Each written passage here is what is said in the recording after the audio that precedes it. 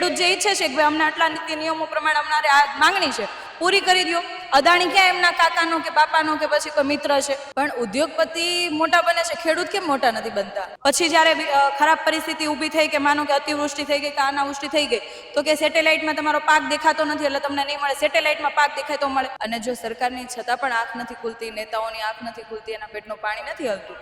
નહીં, સરકારે ખેડૂતોના હિતમાં નિર્ણય નથી કર્યો, સરકારે નિર્ણય કર્યો છે અદાણીના હિતમાં. ભાઈ એમના આખા એટલે કે અદાણીના હક માટેનો કે એના હિત માટેનો નિર્ણય છે. આખું ભાજપ જે છે એ એમના આકાઓ થકી ચાલે છે અને એમના આકા જેટલું કે એટલું જ કામ એમના નેતાઓથી થાય છે. હવે અદાણી એને શું લેવા દેવા, એને શું એના સંબંધ છે સરકારના જે નેતાઓ છે એને?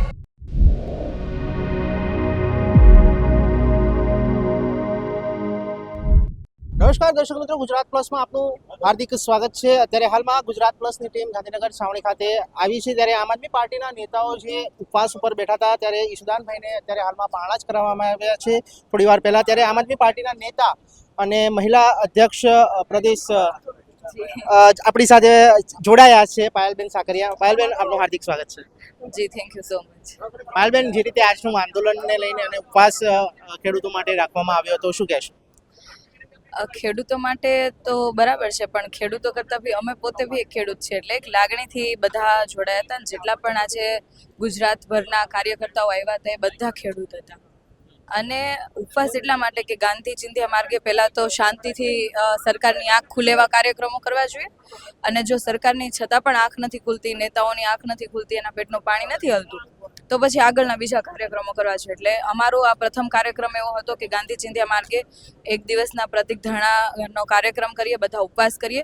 જે અન્નદાતાઓ દિવસ રાત, ચોમાસું, શિયાળો, ઉનાળામાં દિવસ રાત અન્ન ઉગાડે છે, અન્ન ઉગાડવા માટેના અઢળક પ્રયાસો કરે છે અને કોઈ પણ પ્રકારને કહેવાય ને કે વાતાવરણ નથી જોતા. હવે આવા વાતાવરણની અંદર જો આપણને અનાજ ઉગાડીને આપતા હોય અને આખા દેશનું ભરણ પોષણ જ્યારે અન્નદાતાઓ કરતા હોય, અને ભારત દેશ એટલે કહેવાય કે ખેડૂતોનો દેશ, કિસાન પ્રધાન દેશ એવું કહી શકીએ. અને આજે એ જ ખેડૂતોએ પોતાના હક માટે, પોતાના ખેતર બચાવવા માટે જો એમને ધરણા કરવા પડતા હોય તો ખરેખર કેટલી દુઃખની વાત કહેવાય ને, કેટલી આપણા દેશ માટે શરમજનક વાત કહેવાય. અને જે નેતાઓ મોટી મોટી વાતો કરે છે, ચૂંટણી પ્રચાર દરમિયાન જે વાતો કરે છે, અને ખરા અર્થની અંદર હાલની ખેડૂતોની શું વાસ્તવિકતા છે એ આપણને આ જ્યારે આંદોલનો થાય ત્યારે ખબર પડે છે. એટલે અમે તો સૌ ખેડૂતોના સમર્થનમાં છીએ અને માત્ર સમર્થન નહીં પણ પરંતુ જ્યારે જ્યારે ખેડૂતોના હક માટે લડાઈ લડવાની થશે, જેવી રીતે લડાઈ લડવાની થશે, તમામ જગ્યાઓ પર અમે હંમેશા હારીશું અને ખૂબ મજબૂતાઈથી ખેડૂતો માટે લડાઈ લડશું. જે રીતે સમગ્ર ગુજરાતની અંદર અત્યારે ખેડૂતો આંદોલન કરી રહ્યા છે, મોરબીમાં પણ અત્યારે હાલમાં ખેડૂતો ખાસા ટાઈમથી ઉપવાસ પર બેઠા છે. ગઈકાલે જે રીતે સરકારે નિર્ણય કર્યો ખેડૂતોના હિતમાં, શું લાગે છે આપને, યોગ્ય છે? નહીં, સરકારે ખેડૂતોના હિતમાં નિર્ણય નથી કર્યો, સરકારે નિર્ણય કર્યો છે અદાણીના હિતમાં. એટલે આ નિર્ણય ખેડૂતોનો હિતનો ન કહી શકાય. એમના આકા એટલે કે અદાણીના હક માટેનો કે એના હિત માટેનો નિર્ણય છે. કારણ કે સરકારમાં બેઠેલા નેતાઓને ખબર છે કે જ્યાં સુધી અદાણીનું કામ ચાલુ નહીં થાય, એમના આકાશ્રીઓનું કામ ચાલુ નહીં થાય, ત્યાં સુધી એમને પાર્ટી ફંડ નહીં મળે. પાર્ટી ફંડ નહીં મળે તો સાથે કમલમમાં પૈસા નહીં આવે, પોતાના ખીચા નહીં ભરાય. અને આખું ભાજપ જે છે એ એમના આકાઓ થકી ચાલે છે અને એમના આકા જેટલું કે એટલું જ કામ એમના નેતાઓથી થાય છે. એટલે આકાનો હુકમ હશે કે ભાઈ તમે ફટાફટ આ જે બી નિર્ણય લેવો હોય એ અમારા હિતમાં નિર્ણય લઈને અને ખેડૂતોને ગુમરાહ કરી દો, અલગ અલગ પાર્ટીઓને ગુમરાહ કરી દો. અને અત્યારે જે પ્રમાણે ખેડૂતોમાં જાગૃતતા ફેલાય છે, જે પ્રમાણે કાયદાઓનું જ્ઞાન ખેડૂતો લેતા થયા છે અને જે પ્રમાણે મીડિયા પણ બધું બતાવે છે કે ખેડૂતો આટલી હેરાનગતિમાં જીવી રહ્યા છે, આટલી હેરાન થઈ રહ્યા છે, તો આ બધા મુદ્દાઓ ડાયવર્ટ કરવા માટે ક્યાંક ને ક્યાંક ખેડૂત આંદોલન બંધ થઈ જાય, અવાજ આવતો બંધ થઈ જાય, એના માટેનું આખું આયોજન છે અને એની નીતિ છે. અને ખરેખર જો ખેડૂત હિતની નીતિ હોય તો ખેડૂતો પણ આજે ખુશ હોય. જો 2 દિવસ પરમ દિવસે સાંજે એમણે રાતોરાત આવો નિર્ણય કરવો પડે છે, રાતોરાત જાહેરાત કરવી પડે છે, અને છતાંય જો ખેડૂતો આંદોલન ચાલુ જ હોય તો એના ઉપરથી સ્પષ્ટ સાફ થાય છે કે આ નિર્ણય ખાલી અદાણી હિતનો છે, ખેડૂત હિતનો નથી. આપણે આકાની વાત કરીએ, કયા આકાની વાત કરીએ? એમના ઉદ્યોગપતિ આકાઓ છે જે કહેવાય કે આખું ભારત દેશને લૂંટી રહ્યા છે. માત્ર ગુજરાત નહીં પરંતુ આખા દેશની આપણી સંસ્કૃતિ જે છે એને લૂંટી રહ્યા છે. આજે આપણી સરકારી જમીન હોય તો એમના આકાને આપી દેવામાં આવે છે, આપણી સરકારી રેલવે છે તો એમના આકાને આપી દેવામાં આવે છે, આપણા હવાઈ અડ્ડા પણ એમના આકાઓને આપી દેવામાં આવ્યા છે. એટલે આખા દેશનું જે સંચાલન જે કરી રહ્યા છે એ માત્ર એમના આકાઓ એમના મિત્રો માટે કરી રહ્યા છે, લોકો માટે કે ખેડૂત માટે કે કોઈ બીજા વર્ગ માટે નથી. પણ ઉદ્યોગપતિ તો એવું તો નથી ને કે ભાઈ ભાજપની સરકાર આયા પછી જ એ ઉદ્યોગપતિ મોટા બન્યા છે. એના પહેલા પણ કોંગ્રેસની કેન્દ્રમાં સરકાર હતી ત્યારે પણ ઉદ્યોગપતિ હતા. પણ ઉદ્યોગપતિ મોટા બને છે, ખેડૂત કેમ મોટા નથી બનતા? આજે મારા પપ્પાના પપ્પા એટલે કે મારા દાદા છે, તો મારા દાદા પાસે 100 વીઘા જમીન હતી, એમાંથી ભાગ પાડતા પાડતા મારા પપ્પાના ને એના ભાગમાં 15 વીઘા આવીને આજે મારા બે ભાઈઓનો ભાગ પડે તો 4-4 વીઘા માંડ ભાગમાં આવે છે. તો વિકાસ કોનો થયો? ઉદ્યોગપતિઓનો થયો. જ્યારે એમની સરકાર નહોતી ત્યારે તો બહુ મોટી મોટી વાતો કરતા હતા, કાળું નાણું લાવવાની વાતો કરતા હતા, બીજી અસંખ્ય એવી વાતો કરતા હતા. આ બધી વાતો ક્યાં ગઈ? કે માત્ર એમની સરકાર નહોતી ત્યાં સુધી જ વાતો કરવાની હતી? એમના ઉદ્યોગપતિ મિત્રો છે વધારે મતલબ આગળ વધ્યા છે, અને એ આખા નેશનલ લેવલે આપણને ખ્યાલ છે. અને જેટલું દેશમાંથી નાણું આખું લૂંટાઈને બહાર વિદેશમાં ગયું છે એને લાવી શક્યા નથી. અને માત્ર વિદેશોના પ્રવાસો કરવા, અને આજે આપણા બધી જ વાતો કરે છે, વિકાસની વાત કરે, અર્થતંત્રની વાત કરે, બધી વાત કરે, તો આપણો આજે રૂપિયો કેમ એટલો ડાઉન જાય છે? જ્યારે 55-56 રૂપિયા હતો ત્યારે બધા નાટકો કરતા હતા કે આપણો રૂપિયો નીચે પડે. ખરેખર ન પડવો જોઈએ. અને આજે એ રૂપિયો ક્યાં પહોંચ્યો, કેટલો બધો ડાઉન થયો? તો આ તો આપણા દેશનું કહેવાય કે અહિત કર્યું છે. અને ઉદ્યોગપતિઓના ફાયદા માટે જો આપણા ખેડૂતોએ લાચારી ભોગવવી પડતી હોય તો એનાથી વિશે શું હોય? હવે અદાણી એને શું લેવા દેવા, એને શું એના સંબંધ છે સરકારના જે નેતાઓ છે એને, કે એમના હિત માટેના આવા નિર્ણયો લેવા પડે છે? અને અદાણી માનો કે એ પોતાની કંપની ચલાવે છે અને એ વીજળીના થાંભલા ઊભા કરવાના છે, વાયરો આખા લંબાવવાના છે, બધું કરવાના છે, તો પછી જે ખેડૂતો જે માંગે છે વળતર એ આપવા દો ને. શા માટે નથી આપવા દેવાનું? અને શા માટે સરકાર એમાં રોલ ભજવે છે કે અમે વચ્ચેનો રસ્તો કાઢીશું? શા માટે? કહેવાય ને કે ભાઈ આમ કાન પકડવાની જગ્યાએ ઊંધી રીતે કાન પકડવાની વાત છે. માસિક ભાડું આપવાની વાત હતી તો માસિક ભાડાનો એમાં કઈ ઉલ્લેખ નથી. ત્યાર પછી એમણે ખૂબ એમ કહેવાય ને કે એમ પેલું ખેડૂતોને ભીખ આપતા હોય એવી રીતના વારંવાર એમણે કીધું કે અમે ડબલ વળતર આપીશું. પછી એવું આજના ભાવ પ્રમાણેની વાત નહીં, આજના ભાવ પ્રમાણેની જ વાત કરું કે એમણે એમ કીધું કે અમે ડબલ વળતર આપીશું આજના ભાવ પ્રમાણે. આજથી 30 વર્ષ પછી એનો શું જમીનનો ભાવ હશે કેમ ખબર? તો ખાલી આજના ભાવ પ્રમાણે જમીન આપવાની હોય? અત્યારે તો સરકારની નીતિ એવી હોવી જોઈએ કે આવનારા 50 વર્ષ પછી શું કરવાનું છે એના આયોજનો અત્યારથી થતા હોય છે.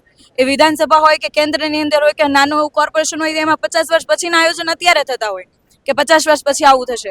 તો ખેડૂતોની જમીન આજના ભાવ પ્રમાણે કેમ નક્કી થાય છે? એની વેલ્યુએશન કેમ અત્યારે એવી રીતના નક્કી થાય? પછી બીજું એવું કહે છે કે ભાઈ અમે જે થાંભલો નાખવાના એની ફરતે 1 મીટર સુધીનો પણ વળતર અમે આપીશું. જાણે ભીખમાં દાન કરતા હોય એક્સ્ટ્રા, એના જેવી વાત કરી. ખરેખર તો નિયમ એવો છે કે જેટલી હાઈ ટેન્શન લાઈન પસાર થાય છે એના જે વાયર હોય એની બંને બાજુ ખૂબ મોટી જગ્યામાં મતલબ જગ્યા છોડવી પડે છે, ત્યાં સુધી બાંધકામ પણ નથી થઈ શકતું. આજથી 20 વર્ષ પછી માનો કે ખેડૂત કે એના દીકરાઓએ કે બાંધકામ કરવું હશે કે ડેવલપમેન્ટ કરવું છે, નહીં કરી શકે. ત્યારે આજ સરકારના નેતાઓ અને ચાપલુસી કરનારા લોકો એને નિયમો બતાવશે ખેડૂતના દીકરાને કે આ નિયમ છે. જ્યારે નિયમ ફોલો કરવાના આવે ત્યારે ખેડૂતોને ફોલો કરવાના આવે. જ્યારે વળતરની વાત કરવામાં આવે તો કે અદાણીને ફાવશે એટલું વળતર દેશે, ખેડૂતને ફાવે એટલું આપો ને. ખેડૂત જે ઈચ્છે છે કે ભાઈ અમને આટલા નીતિ નિયમો પ્રમાણે અમારે આ માંગણી છે, પૂરી કરી દો. અદાણી ક્યાં એમના કાકાનો કે બાપાનો કે પછી કોઈ મિત્ર છે? નથી. તો પછી એમણે પૂરું કરી દેવું જોઈએ, માંગ પૂરી કરવી જોઈએ. ખેડૂતોના નામે હંમેશા રાજનીતિ અને રાજનીતિ રોટલા શેકાય છે. કેટલું યોગ્ય? રાજનીતિ રોટલા શેકવા અને ખરા અર્થની અંદર અવાજ ઉઠાવવો બંને અલગ વસ્તુ છે. કોઈ પણ રાજકીય પક્ષ હોય એમણે હજુ ઓરકે રેલી ખેડૂતોની હમણાં યોજાઈ, ખૂબ જ મોટા પ્રમાણમાં 1000થી વધારે ખેડૂતો વિરમગામથી અને સાબરકાંઠા, બનાસકાંઠા અને જેતપુરથી પણ લોકો આવ્યા હતા. તો ક્યાંક ને ક્યાંક ગેરમાર્ગે ખેડૂતોને દોરવામાં આવ્યા અને કોંગ્રેસની સભામાં લઈ ગયા. 100%ની વાત છે. રાજનીતિની જગ્યાએ હોવી જોઈએ. અને જે પ્રમાણે આખા ખેડૂત આંદોલનને ગેરમાર્ગે દોરવાનો પ્રયાસ કરવામાં આવ્યો અને ખોટી રીતે પોતાના પક્ષની સભા હોય એવી રીતના વાળવામાં આવ્યા, એ ખૂબ ખોટી અને ખરાબ રાજનીતિ, કૂટ રાજનીતિ કહેવાય. અને એના ઉપરથી સ્પષ્ટ સાબિત થાય છે કે સત્તા પક્ષની સાથે કોંગ્રેસ પક્ષ પણ એટલો જ જોડાયેલો છે કે ખેડૂત ડાયવર્ટ થઈ જાય, એમના મુદ્દા ભટકી જાય અને ક્યાંક ને ક્યાંક રાજનીતિ ઉપરથી વિશ્વાસ ઉઠી જાય અને ખેડૂત નિરાશ થઈને ત્યાં બેસી જાય. ખરેખર રાજનીતિ એટલે એક ખૂબ સારી એવી વ્યવસ્થા છે કે જેમાં અલગ અલગ પક્ષ જે ખોટું થતું હોય એની સામે અવાજ ઉઠાવે, સંગઠનની સાથે રાખીને અવાજ ઉઠાવે અને એ અવાજ થકી એવી સમસ્યાનું નિરાકરણ થાય. અને કોઈ પણ રાજકીય પક્ષે અવાજ ઉઠાવવો જોઈએ. પરંતુ રાજકીય રોટલા શીખવા માટે અવાજ ન ઉઠાવવો જોઈએ, જે સમસ્યા છે એના નિરાકરણ માટે અવાજ ઉઠાવવો જોઈએ. ઘણા લોકોએ મેં જોયું એ આંદોલનની અંદર કે ઘણા જે રાજકીય મતલબ રાજકારણની સાથે જોડાયેલા હતા, ખેડૂતોની સાથે મદદમાં ના આવે એટલા માટે શું કહે કે કોઈ રાજકારણવાળાએ એન્ટર નહીં થવું. હું એવું કહું છું, નિયમ બનાવવાવાળા રાજકારણી, નિયમને ફોલો કરાવવાવાળા રાજકારણી, જ્યારે એ ખોટું થતું હોય તો એની સામે અવાજ ઉઠાવવાવાળા રાજકારણી કેમ નહીં? હંમેશા આપણો ભાઈ કહેવત એવી છે કે ભાઈ લોઢાને લોઢું જ ભાંગે. તો આ રાજકારણી જે નિયમ બનાવે છે તો એના નિયમને તોડવા ખોટા હોય તો એનો જવાબ આપવો કે એના ઉપર કટાક્ષ કરવો કે એની નિંદા કરવી એ કોઈ પણ રાજકીય વ્યક્તિની જવાબદારી બને છે. તો એ જવાબદારી તો બધા લોકોએ નિભાવવી જોઈએ. અને અમારી ખૂબ સારી વાત છે કે આમ આદમી પાર્ટીના તમામ નેતાઓ, આમ આદમી પાર્ટીના સક્ષમ તમામ યોદ્ધાઓ આ જવાબદારી નિષ્ઠાપૂર્વક નિભાવી રહ્યા છે. જેમણે કીધું કે રાજકીય રીતે નહીં તો એક ખેડૂત બનીને પોતે ખેડૂત છે એ લાગણીથી એ આંદોલનની અંદર જોડાયા અને જેટલું પણ શક્ય બન્યું એટલું એ આંદોલનની અંદર સક્રિયતા સાથે ભાગ ભજવ્યો, જેટલું પણ બન્યું એટલું એમાં ન્યાય માટે ખૂબ મજબૂતાઈથી લડ્યા. અને આજે તો અમારું આ પ્રથમ ચરણ હતું. આવનારા સમયની અંદર માનનીય પ્રદેશ પ્રમુખની આગેવાનીમાં જે કંઈ નિર્ણય હશે, જે કંઈ કાર્યક્રમો લોન્ચ થશે એ પ્રમાણે ખેડૂતોનો ખૂબ મજબૂત અવાજ બનીને અમે આગળ વધીશું. એક છેલ્લો પ્રશ્ન, 2027નું વિધાનસભા ઇલેક્શન નજીક છે, કઈ રીતેની રણનીતિ રહેશે ખેડૂતોને લઈને અને આગળની બીજી સમિતિ? રણનીતિ તો હંમેશા લોક સમસ્યાની હોય છે કે લોક સમસ્યાનું નિરાકરણ થાય, ગુજરાતના જે પ્રશ્નો છે એનું નિરાકરણ થાય, ગુજરાતના પ્રશ્નોને વધુમાં વધુ વાચા આપી શકાય. અને આમ આદમી પાર્ટી અત્યારે હાલમાં જે પ્રમાણે સંગઠનમાં ખૂબ મજબૂતાઈથી કામ કરી રહી છે, ગ્રાઉન્ડ લેવલનું સંગઠન મજબૂત બનાવવા માટેના અમારા સૌના બધાના પ્રયાસ છે. અને સાથે ખેડૂતોનો ખૂબ સહકાર છે. સૌરાષ્ટ્ર હોય કે સુરેન્દ્રનગર હોય કે આ બાજુ મહેસાણા હોય, આ તમામ જગ્યાઓ પરથી લોકો ખૂબ સાથ સહકાર આપી રહ્યા છે, આશીર્વાદ આપી રહ્યા છે અને વિશ્વાસ પણ આપી રહ્યા છે કે આવનારા સમયની અંદર અમે સૌ આમ આદમી પાર્ટીની સાથે છીએ. આમ આદમી પાર્ટીની સરકાર બનશે તો જે રીતે પંજાબની અંદર જે ખેડૂતો માટેની જે યોજનાઓ સરકાર દ્વારા લાગુ પાડવામાં આવે છે, હેક્ટર દીઠ જે સહાય લાગુ પાડવામાં આવે છે, એના કરતાં પણ સારું ગુજરાતની અંદર કરવાની ઈચ્છા છે. જે વર્ષોથી મારી એટલી ઉંમર નથી કે એટલું બધું જોયું છે, પણ આપણને ખબર છે કે આપણે જેમ ઇતિહાસ આપણે પન્ના ફેરવીએ એટલે આપણને ખબર પડે, એમ આપણે ઘણા બધા જૂના આપણા વડીલો પાસેથી સાંભળ્યું. હું લગભગ 12મું ભણતી હતી ત્યારે અમે ગામડે હતા, અમારે ત્યારે કપાસનો ભાવ 1000 રૂપિયા હતો કે ભાઈ મણ કપાસ 1000 રૂપિયા જતો હતો. અને આજે લગભગ 10 વર્ષ થયા છે અને અમે હાલમાં સુરત છીએ, પણ આજે પણ કપાસની પરિસ્થિતિ એની જ છે, કેમ કે મારા ખેતરમાં કપાસનું વાવેતર થાય છે. આજે એનો એ જ ભાવ, એમાં બિયારણ મોંઘું થયું, એમાં કહેવાય કે દવા મોંઘી થઈ, બધું જ મોંઘું થયું, પણ જે આવક એટલે કે કપાસનો જે ભાવ છે એ નહીં થયો. એટલે શરૂઆતથી લઈને છેલ્લે સુધી જો ખાલી ટૂંકમાં વાત કરું તો ખેડૂતોને વીમાના નામે ખાલી માત્ર વાતો કરવામાં આવે, ચૂંટણી આવશે એટલે કે તમારા વીમા પાકશે. પછી જ્યારે ખરાબ પરિસ્થિતિ ઊભી થઈ કે માનો કે અતિવૃષ્ટિ થઈ ગઈ કે અનાવૃષ્ટિ થઈ ગઈ તો કે સેટેલાઇટમાં તમારો પાક દેખાતો નથી એટલે તમને નહીં મળે, સેટેલાઇટમાં પાક દેખાય તો મળે. એટલે આ બધી વાતો વર્ષોથી ચાલી આવે છે. ખેડૂતોના નામે રાજનીતિ થતી આવે છે, ખેડૂતોના માત્ર ને માત્ર મતનો ઉપયોગ કરવામાં આવે છે, પણ ખેડૂતો માટે કોઈએ કંઈ વિચાર્યું નથી. અને ખેડૂતોએ હંમેશા એક કહેવાય કે હૃદયના ભાવ સાથે જે પણ આવ્યા છે એને ખૂબ સારી રીતે સ્વીકાર્યા છે, ખૂબ સારી રીતે આવકાર્યા છે, હંમેશા અંતરના આશીર્વાદ આપ્યા છે. અને એ અંતરના આશીર્વાદ આપવાવાળા જ અત્યારે ખૂબ દુઃખી છે. છેલ્લો અંતિમ પ્રશ્ન ચેતરભાઈને લઈને, આ બાજુ ખેડૂતો લડી રહ્યા છે આમ આદમી પાર્ટીના મુદ્દાઓને લઈને અને આ બાજુ ચેતરભાઈ જેલમાં છે, શું કહેશો ચેતરભાઈ વિશે? ચેતરભાઈ તો કહેવાય કે આદિવાસી સિંહ છે. એમને કહેવાય કે તોડવા માટે ભાજપે અસંખ્ય મતલબ પ્રયાસો કર્યા.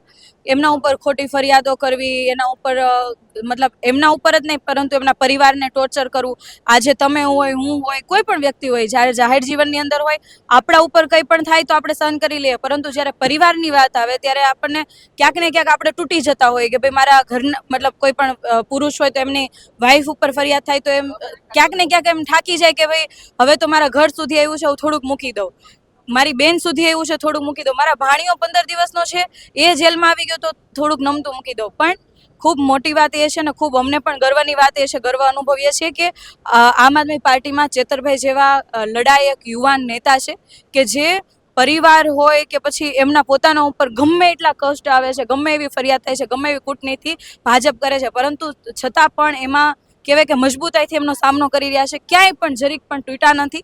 અને હજી પણ એ જેલમાં છે છતાં પણ એવું કહે છે કે ભલે 7 વર્ષને બદલે વધારે વર્ષ રાખે પરંતુ હું લડીશ તો એમની સામે જ લડીશ. અને એમનો એક કહેવાય કે સ્વભાવ પણ એવો રહ્યો છે. વધારે તો અમે લોકો સભાઓની અંદર મળતા હોઈએ તો એમને હંમેશા જ્યારે પણ વાત કરી છે ત્યારે એમને આદિવાસી વિસ્તારની વાત કરી છે, જ્યારે વાત કરી છે તો જમીન બાબતની વાત કરી છે, એમને વિસ્તારના જે લોકો છે એમને અન્યાય થતો એની વાત કરી છે. અને માત્ર આદિવાસી વિસ્તાર નહીં પરંતુ એના સિવાયના જે ગુજરાતના અલગ અલગ જગ્યાએ જે પ્રશ્નો ઊભા થાય છે એ તમામ પ્રશ્ન મુદ્દે ખૂબ સારી રીતના પહેલાં તો વાંચે છે, સમજે છે અને એના ઉપર એ પ્રતિક્રિયા આપતા હોય છે. એટલે બધી જ જગ્યાઓ ઉપર એકદમ પાવરફુલ રીતે, એકદમ લડાયક રીતે હંમેશા એમણે પ્રતિક્રિયા આપી છે. લડવાના મૂડમાં જ હોય છે કે ક્યાંય આપણે જરીક પણ સાખી લેવાનું નથી. અને ખૂબ સારા એવા યુવાન નેતા છે. અમને પણ એનામાંથી ઘણી બધી પ્રેરણા મળતી હોય છે. તો આ હતા પાયલબેન સાકરિયા, મહિલા પ્રદેશ પ્રમુખ, જેમણે ખેડૂતોને લઈને 2027ની લઈને રણનીતિ ચોક્કસ ફાઇનલ કરી દીધી છે કે 2027માં જો સરકાર અમારી બનશે તો ખેડૂતોના પૂરેપૂરું વળતર મળશે તેવું તેમણે જાહેરાત કરી છે.